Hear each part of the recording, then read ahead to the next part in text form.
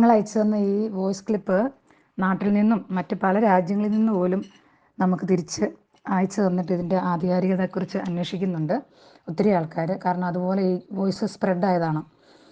ഇതിനകത്ത് പറയാനുള്ള കാര്യം, ആ വോയിസിൽ പറയുന്നത് ഒരു 80% പൊളിറ്റിക്സാണ് പറയുന്നത്.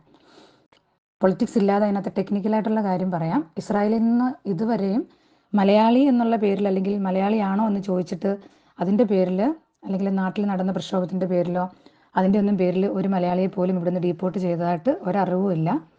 അതിനകത്ത് ഒരു ആധികാരികതയും ഇല്ല. പിന്നെ ഇവിടുന്ന് ആൾക്കാരെ ഡീപ്പോർട്ട് ചെയ്യുന്നുണ്ട് എന്നുള്ളത് സത്യമാണ്.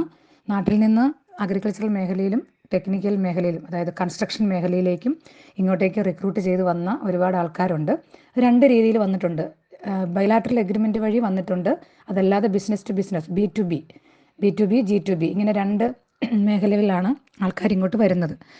അപ്പോൾ റിക്രൂട്ട്മെൻറ്റിൽ വന്ന പാകപ്പിഴ കൊണ്ട് തൊഴിലറിയത്തില്ലാത്ത ഒരുപാട് ആൾക്കാരെ ഇങ്ങോട്ട് റോങ്ങായിട്ട് റിക്രൂട്ട് ചെയ്ത് കൊണ്ടുവരികയും കൺസ്ട്രക്ഷൻ മേഖല, പ്രത്യേകിച്ച് കൺസ്ട്രക്ഷൻ മേഖലയിൽ സൈറ്റുകളിലേക്ക് ഇറങ്ങിയപ്പോൾ അവർക്ക് ജോലി അറിയത്തില്ലാത്ത ഒത്തിരി ആൾക്കാരുണ്ടായിരുന്നു. അപ്പോൾ അങ്ങനെയുള്ള ആൾക്കാരെ കൺസ്ട്രക്ഷൻ മേഖലയിൽ നിന്ന് മാറ്റി ക്ലീനിങ് ജോബ് അങ്ങനെയൊക്കെയുള്ള ജോബുകളിലേക്ക് അവർ മാറ്റി കൊടുത്തു നോക്കി. പക്ഷേ കൺസ്ട്രക്ഷൻ മേഖലയിൽ വന്നതുകൊണ്ട് തന്നെ അവർക്ക് അങ്ങനെയുള്ള ജോബുകളിൽ കണ്ടിന്യൂ ചെയ്യാൻ താല്പര്യമില്ല എന്ന് പറയുന്ന ആൾക്കാർ ഇവിടുന്ന് ഡീപ്പോർട്ട് ചെയ്യുന്നുണ്ട്.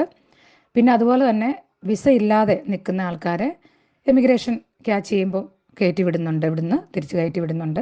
പിന്നെ അതുപോലെ തന്നെ ഇവിടെ റെഫ്യൂജീസായിട്ട് നിൽക്കുന്ന ഒത്തിരി മലയാളികളുണ്ട്. 4-5 വർഷമൊക്കെ വരെ റെഫ്യൂജി വിസ പുതുക്കി കിട്ടിക്കൊണ്ടിരിക്കും. ഒരു 5 വർഷമൊക്കെ ആകുമ്പോൾ അതിൻ്റെ ഒരു ലിമിറ്റ് വന്നു കഴിയുമ്പോൾ അവരതൊന്ന് ഹോൾഡ് ചെയ്യും. ഹോൾഡ് ചെയ്തിട്ട് വീണ്ടും അതിന് ഹിയറിങ്ങിന് വിളിക്കും. ഹിയറിങ്ങിന് വിളിക്കുമ്പോഴത്തേക്കും ഏറ്റവും തുടക്കത്തിൽ പറഞ്ഞ കാരണങ്ങളൊക്കെ തന്നെയാണോ, അവരത് അർഹിക്കുന്നുണ്ടോ എന്നൊക്കെ ഒരു ഹിയറിങ് വെച്ച് അത് ബോധ്യപ്പെട്ടാൽ മാത്രമേ പിന്നീട് അവർക്ക് വിസ അങ്ങോട്ട് മുന്നോട്ട് കിട്ടുകയുള്ളൂ. അങ്ങനെയൊക്കെയുള്ള കാര്യങ്ങൾ, ടെക്നിക്കലായിട്ടുള്ള ഇഷ്യൂസ് ഇവിടെ നടക്കുന്നുണ്ട്. അതല്ലാതെ ഇതിൻ്റെയൊക്കെ കാരണം നാട്ടിൽ നടക്കുന്ന പ്രക്ഷോഭങ്ങളാണ്, അല്ലെങ്കിൽ നാട്ടിലെ പൊളിറ്റിക്സാണ് എന്നൊക്കെ പറയുന്നത് വെറുതെയാണ്. പിന്നെ അതിനകത്ത് പറയുന്ന ഒരു കാര്യം സത്യമാണ്. തീവ്രവാദത്തെ അനുകൂലിച്ചുകൊണ്ട് ഇസ്രായേലിനെ എതിരെ നാട്ടിലെ പ്രക്ഷോഭങ്ങളൊക്കെ നടത്തുമ്പം ഇവിടെയുള്ള ആൾക്കാർ അത് കാണുമ്പം, നമ്മളൊക്കെ ഇവിടെ ജോലി ചെയ്യുന്നതല്ലേ, അപ്പം അത് കാണുമ്പോൾ അത് കാണിച്ചു തന്നിട്ട് ഇത് നിങ്ങളുടെ സ്റ്റേറ്റ് അല്ലേ എന്ന് ചോദിക്കാറുണ്ട്. അത് കാണുമ്പോൾ നമുക്കൊരു വിഷമമുണ്ട്. തീർച്ചയായിട്ടും അത് എന്താ പറയുക, എടുത്തു പറയേണ്ട ഒരു കാര്യമാണ് നാട്ടിലെ ആൾക്കാരുടെ ആ ഒരു മനോഭാവം. പക്ഷേ അതിനെ ആ ഒരു കാര്യം ഇവിടുത്തെ ജോലിയെ ബാധിക്കും എന്ന് പറയുന്നത് വെറുതെയാണ് കേട്ടോ. ഇത് തെറ്റിദ്ധാരണ പരത്തുവാണ് ചെയ്യുന്നത്. അല്ലാതെ ഈ ഒരു കാരണത്താൽ ഇവിടുന്ന് ആരെയും ഡീപ്പോർട്ട് ചെയ്യുന്നതായിട്ട് ഒരറിവുമില്ല.